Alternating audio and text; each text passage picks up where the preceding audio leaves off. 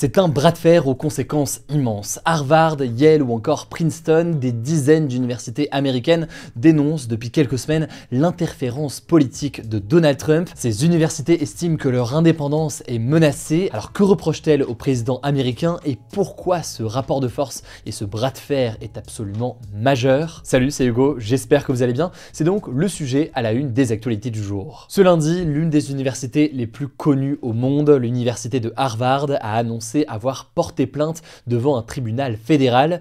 La raison, eh bien l'administration de Donald Trump a gelé 2,2 milliards de dollars de subventions à l'université, accusant Harvard de ne pas avoir fermé ses programmes de diversité, d'équité et d'inclusion, les fameux DEI. C'est donc des programmes qui visent à promouvoir un traitement équitable des étudiants, en particulier ceux qui pourraient faire l'objet de discrimination. Mais Donald Trump accuse aussi l'université de mal gérer les manifestations pro-palestiniennes qui sont présents sur les campus depuis un an. Il accuse donc l'université et les étudiants de faire prospérer, selon lui, une forme d'antisémitisme. Mais les universités aujourd'hui estiment que ces manifestations, elles sont encadrées par la liberté d'expression et que s'il y a des actes antisémites, eh bien ils sont gérés, condamnés et sanctionnés par l'administration. Ça c'est donc la réponse officielle des universités, notamment de l'université de Harvard. Mais Harvard estime aussi que Trump aujourd'hui utilise le gel de subventions fédérales comme un moyen de prendre le contrôle des décisions académiques à Harvard. C'est donc un sujet qui dépasse largement la question de manifestations ou de programmes d'équité ou de diversité.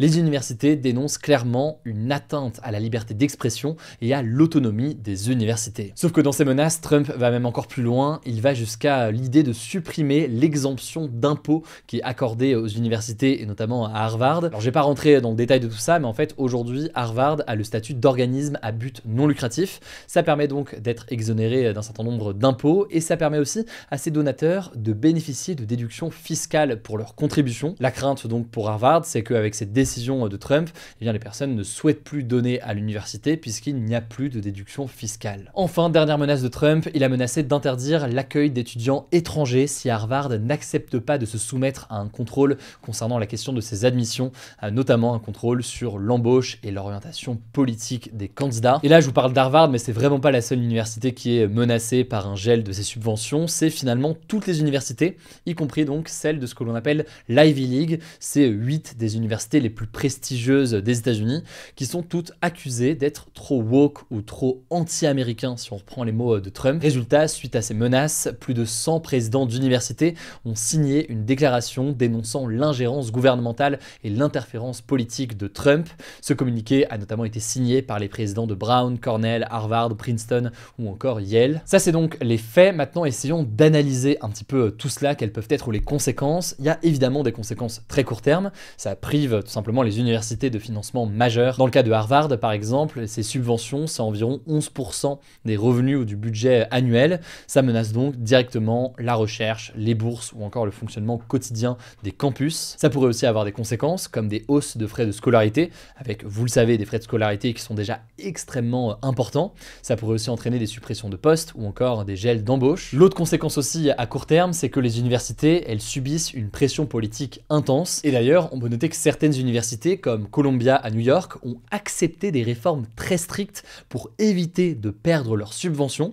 Il y a donc différentes façons de procéder. Certaines universités comme Harvard, eh bien, qui portent plainte et qui répliquent, alors que d'autres comme Columbia, eh bien, se rangent en quelque sorte derrière Donald Trump, ou en tout cas acceptent beaucoup de choses afin de ne pas perdre leurs subventions. La première conséquence long terme qu'il va falloir observer, c'est un risque de ralentissement des travaux de recherche et un risque aussi de perte de leadership en quelque sorte pour les États-Unis d'un point de vue scientifique. En effet, on l'a dit, l'arrêt de ces financements, ça pourrait provoquer un arrêt ou à minima un ralentissement brutal de nombreux projets de recherche, y compris dans des domaines stratégiques comme la santé, les sciences fondamentales ou encore la technologie. Alors concrètement, il y a des laboratoires de pointe qui dépendaient de financements comme par exemple ceux du National Institute of Health qui sont contraints de démanteler leurs équipes et d'interrompre des études majeures, parfois même d'ailleurs des études qui étaient déjà approuvées. Le truc c'est que ces travaux-là, pendant des dizaines d'années, ça fait partie des travaux qui ont permis aux universités de faire des découvertes et aussi donc aux États-Unis de s'imposer comme l'un des leaders mondiaux dans des secteurs clés comme la médecine,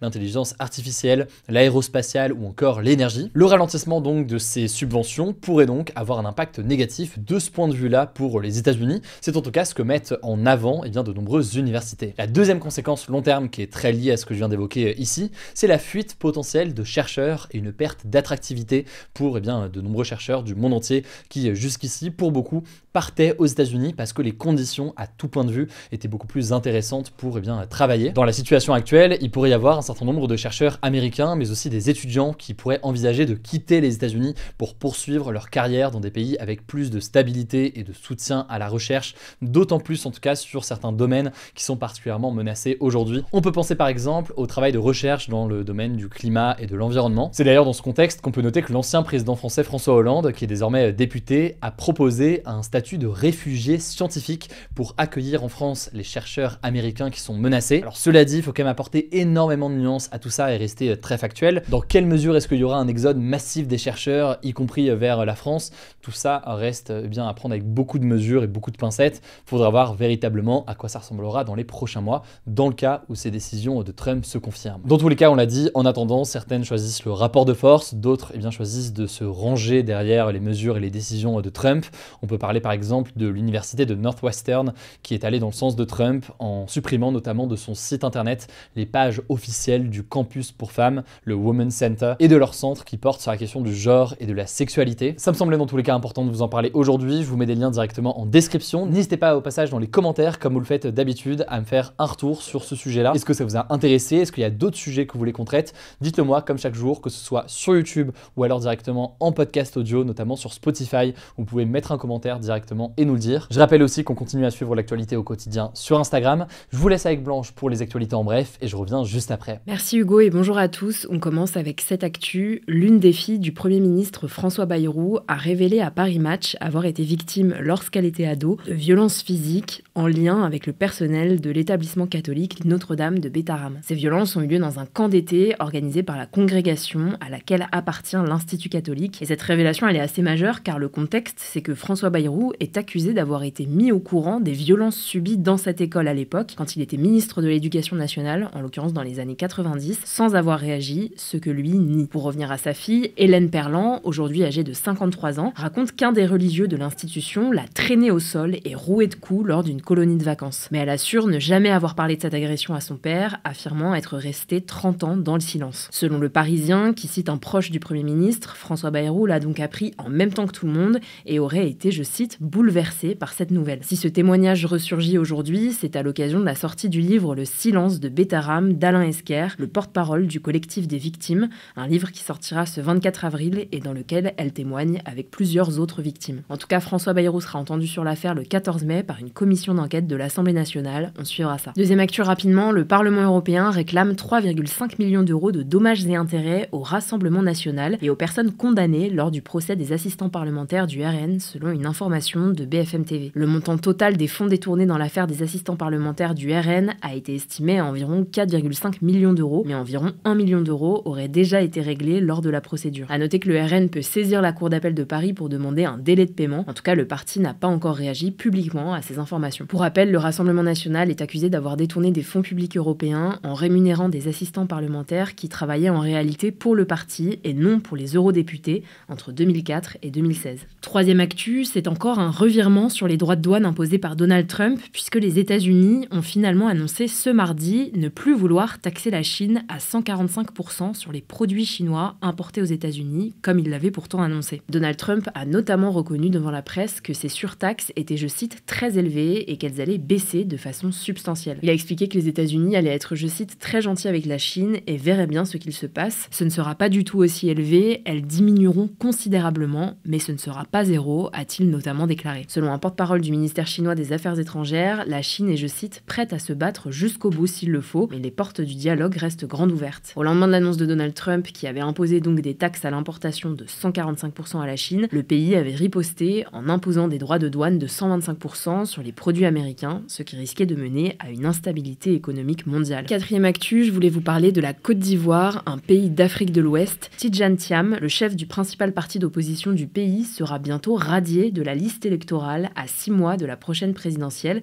et ne pourra donc pas se présenter. C'est un petit peu complexe, mais Tidjane Thiam avait obtenu la nationalité française en 1987 avant d'y renoncer récemment, en mars 2025, dans le but de se présenter à la présidentielle. La raison, c'est qu'un candidat ne peut pas avoir deux nationalités. Sauf que selon l'un de ses ses avocats, la justice a estimé ce mardi qu'il avait perdu sa nationalité ivoirienne le jour où il a acquis la nationalité française. Cependant, cette règle n'est pas censée s'appliquer aux binationaux de naissance et les avocats de l'opposant ont donc fourni en vain à la justice des documents faisant valoir que leur client était aussi français de naissance. Mardi soir, Tidjane Thiam a dénoncé dans un communiqué un déni de justice indigne d'une démocratie et a appelé la communauté internationale à soutenir les électeurs ivoiriens dans leur quête d'élections libres et équitables. Le président actuel, Alassane Ouattara, 83 ans, pourrait lui se représenter pour un 4e mandat. 5e actu, à cause d'un manque de financement, le Programme alimentaire mondial a annoncé ce mardi devoir interrompre son aide à l'Éthiopie dès le 1er mai. Concrètement, à cause de cette décision, 3,6 millions de personnes dans ce pays d'Afrique de l'Est risquent de perdre l'accès à l'aide alimentaire. L'organisation de l'ONU affirme aussi que sans aide d'urgence, 650 000 femmes et enfants souffrant de malnutrition seront privés des traitements vitaux d'ici la fin du mois. L'une des raisons de ce manque de financement, c'est notamment l'arrêt des programmes de l'Agence américaine pour le développement international décidé par Donald Trump il y a quelques semaines. Mais d'autres pays occidentaux ont eux aussi diminué leurs dépenses. Ces baisses de financement interviennent alors que l'Éthiopie a été touchée par une guerre civile entre 2020 et 2022 qui a fait au moins 600 000 morts, causé le déplacement d'1 million de personnes et qui entraîne toujours des conflits armés dans le pays. Et on termine avec cette actu, le blanchissement mondial des coraux bat record sur record selon l'agence américaine en charge des océans. Selon elle, près de 84% des récifs de la planète sont désormais endommagés, notamment à cause du réchauffement climatique. En fait, les coraux sont très sensibles à la hausse des températures de l'eau, mais le truc c'est que celles des océans du globe ne cessent de se réchauffer. Pour la faire simple, à cause du réchauffement climatique, les coraux expulsent les algues avec lesquelles ils vivent en symbiose, ce qui les fait blanchir, et sans elles, les coraux meurent de faim en quelques semaines. Les coraux sont très importants pour la planète car ils sont considérés comme les forêts tropicales des océans, ils abritent énormément d'espèces marines et ils permettent donc la production de poissons indispensables à la pêche. Ils permettent également de limiter l'impact des vagues sur les côtes terrestres. L'agence appelle donc à baisser durablement les températures et à limiter la pollution et la surpêche. Merci beaucoup Blanche pour ces actualités en bref. Alors pour plus d'actualités, vous le savez, rendez-vous sur Instagram. Vous êtes très nombreux. Le nom du compte, c'est Hugo Décrypte. On essaie d'ailleurs pas mal de formats différents ces derniers jours. Je vous remercie pour votre confiance. Je suis toujours preneur par ailleurs de vos retours. Je vous l'ai dit. N'hésitez pas du coup dans les commentaires. Merci pour votre confiance. Prenez soin de vous. Et puis on se dit à demain pour une nouvelle vidéo.